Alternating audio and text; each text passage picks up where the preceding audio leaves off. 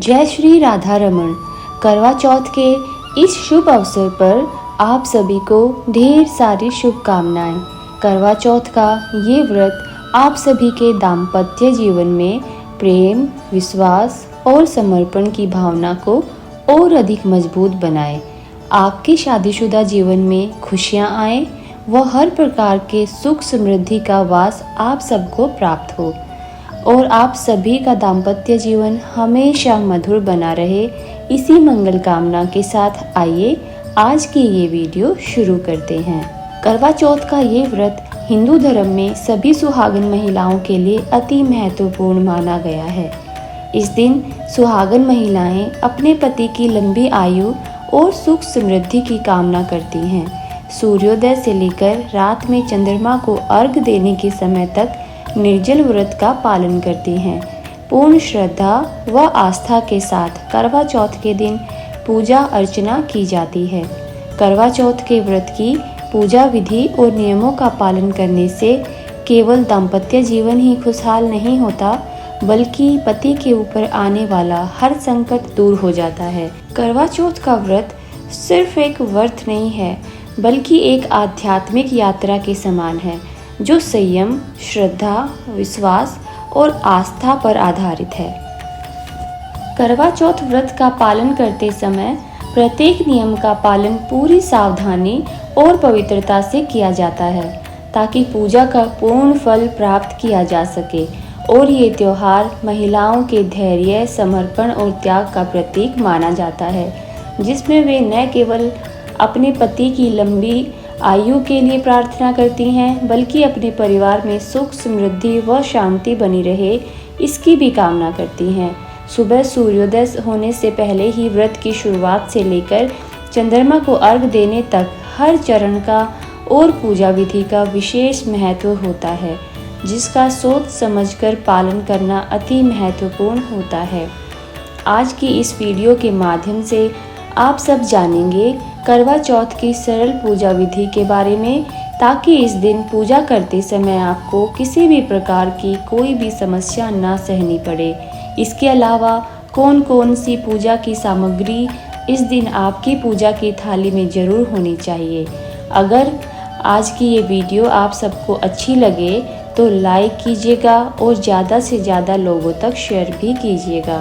करवा चौथ व्रत की पूजा करने के लिए आपको आवश्यकता होगी मिट्टी के द्वारा बना हुआ करवा और ढक्कन, पानी का लोटा, गंगा जल, देसी घी से भरा मिट्टी का दीपक, रुई की बाती, धूप, दीप, चंदन, कुमकुम, रोली, अक्षत, पुष्प, कच्चा दूध, दही, शहद, चीनी, हल्दी, मिठाई, चीनी से बनी बूरा, महावर, कंघी, सिंदूर, मेहंदी, बिंदी, लाल चुनरी, चूड़ियाँ, बिछिए और गौड़ी बनाने के लिए पीली मिट्टी, लकड़ी की चौकी, छलनी, 8 पूरियों से बनी अठावरी, हलवा, खीर, पूड़ी या जो भी पकवान इस दिन आपके घर में बनते हैं और भोग स्वरूप रखे जाते हों, वे सभी।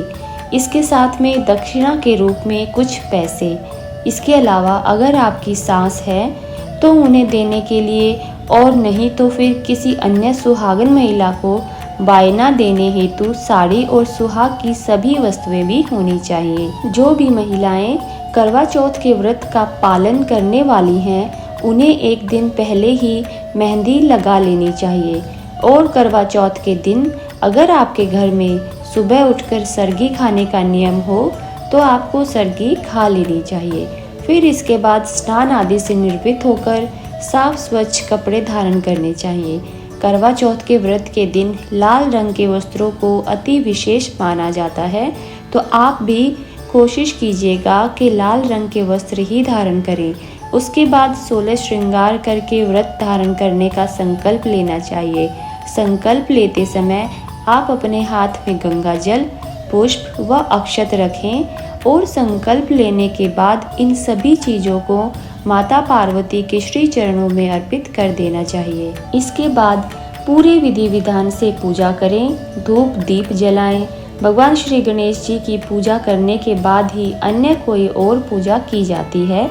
इसलिए पहले भगवान श्री गणेश जी की पूजा जरूर करें, क्योंकि इस दिन कार्तिक मास के शुक्ल पक्ष में पड़ने वाली संकष्टी चतुर्थी भी है, जिसमें माताएं अपनी संतान की लंबी आयु के लिए व्रत रखती हैं।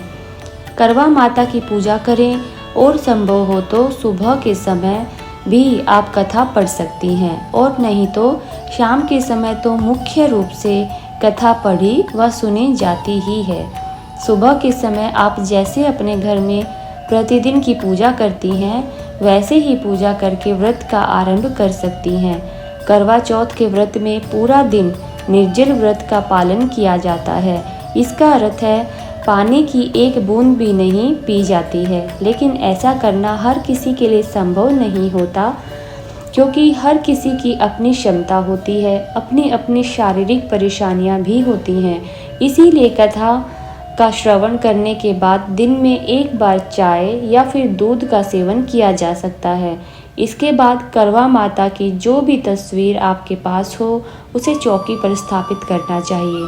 मिट्टी के करवे को भी ढक्कन सहित उसी चौकी पर स्थापित कीजिए। इसके बाद 8 पूरियों की अट्ठावरी बनाई जाती है। ये अट्ठावरी स्नान करने के पश्चात ही बनाई जानी चाहिए। हलवा व सभी पक्के पकवान बनाएं और इसके बाद पीली मिट्टी से गौरी गणेश बनाएं। माता पार्वती की गोद में गणेश जी को बनाकर विराजित कर दें। पूजा की ये सारी तैयारी आपको शाम की पूजा के समय के लिए करनी है। इसीलिए एक चौक बनाकर उसके ऊपर सुंदर रंगोली बनाकर उसके ऊपर लकड़ी के आसन को रख सकते हैं और उसके ऊपर लाल वस्त्र बिछाकर माता गौरी को विराजित करें। बिंदी, लाल चुनरी आदि से माता गौरी का श्रृंगार करें। जल से भरा एक लोटा रखें। सीधा या फिर बायना भेंट देने के लिए मिट्टी से बना एक टोटीदार करवा लें। करवे में गेहूं या फिर मेवे भरें तथा ढक्कन में शक्कर से बना बूरा भर दें। करवे के अंदर कुछ घरों में खील बताशे भी भरे जाते हैं। इसीलिए जो भी परंपरा आपके घर में चलती आ रही हो, आप उसी का पालन कीजिएगा। उसके ऊपर कुछ ना कुछ दक्षिणा जरूर रखिएगा। करवे के ऊपर रोली से स्वास्तिक बनाएं। कई घरों में 2 करवे रखते हैं और कुछ घरों में केवल एक ही करवा रखा जाता है, क्योंकि करवा चौथ की पूजा में पूजा करते समय जो करवे रखे जाते हैं उन्हें आपस में बदला जाता है। इसीलिए जिन घरों में सासू माँ के साथ बैठकर ये पूजा करने का रिवाज है, तो उन्हें एक करवा पूजा के समय अपनी सासू माँ के नाम का भी रखना चाहिए। और अगर किसी की सासू माँ नहीं है या फिर वो अब सुहागन नहीं है, तो ऐसी स्थिति में माता पार्वती के नाम का करवा रखकर उनसे अपना करवा बदल सकती हैं, क्योंकि करवा चौथ के व्रत में सुहाग भी लिया जाता है। और इस तरह धूप दीप जलाकर माता रानी से पूरे मन से अपने पति की लंबी आयु की कामना करें। करवा चौथ व्रत की पूजा में रखे जाने वाले करवे का भी पूजन किया जाता है। रखे हुए करवों के ऊपर 13 बिंदी रोली या फिर कुमकुम से लगाएं। गेहूं या चावल के 13 दाने अपने हाथ में लेकर करवा चौथ व्रत की कथा सुने। कथा सुनने के बाद करवे के ऊपर से हाथ घुमाकर अपनी सासू माँ के पैर छूकर आशीर्वाद लेने चाहिए और करवे को उन्हें दे देना चाहिए। जिस समय करवे पर हाथ घुमाया जाता है या फिर माता पार्वती से करवा बदला जाता है, उस समय आपको एक विशेष प्रकार से कहना होता है, ले सुहागन ले करवा, दे सुहागन दे करवा। 7 बार आपको इन लाइनों को बोलना है और इस तरह करते समय आपको ध्यान रखना है, जब आप ले सुहागन ले करवा कहेंगी तो आपके वाला करवा माता पार्वती की तरफ जाना चाहिए और दे सुहागन दे करवा कहते समय आपको माता पार्वती से वह करवा अपनी तरफ लेना चाहिए। कुछ स्थानों पर खांड से बना करवा भी बायने के रूप में अपनी सासू माँ को या फिर सुहागन महिलाओं को दिया जाता है। अब पूजा करने के बाद सबसे अंत में भगवान गणेश जी और माता करवा की आरती करनी चाहिए। आरती करने के बाद जो भी पकवान आपने भोग के लिए बनाए हैं उन्हें भोग के रूप में चढ़ाएं और इसके बाद चंद्र देवता को अर्घ देने की तैयारी करनी चाहिए।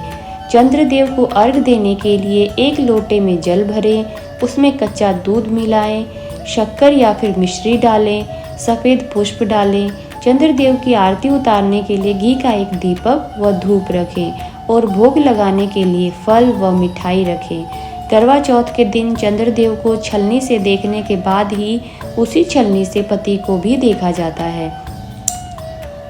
इसीलिए एक छलनी भी आपकी पूजा की थाली में जरूर रखें। ध्यान रखें, छलनी प्लास्टिक की नहीं होनी चाहिए।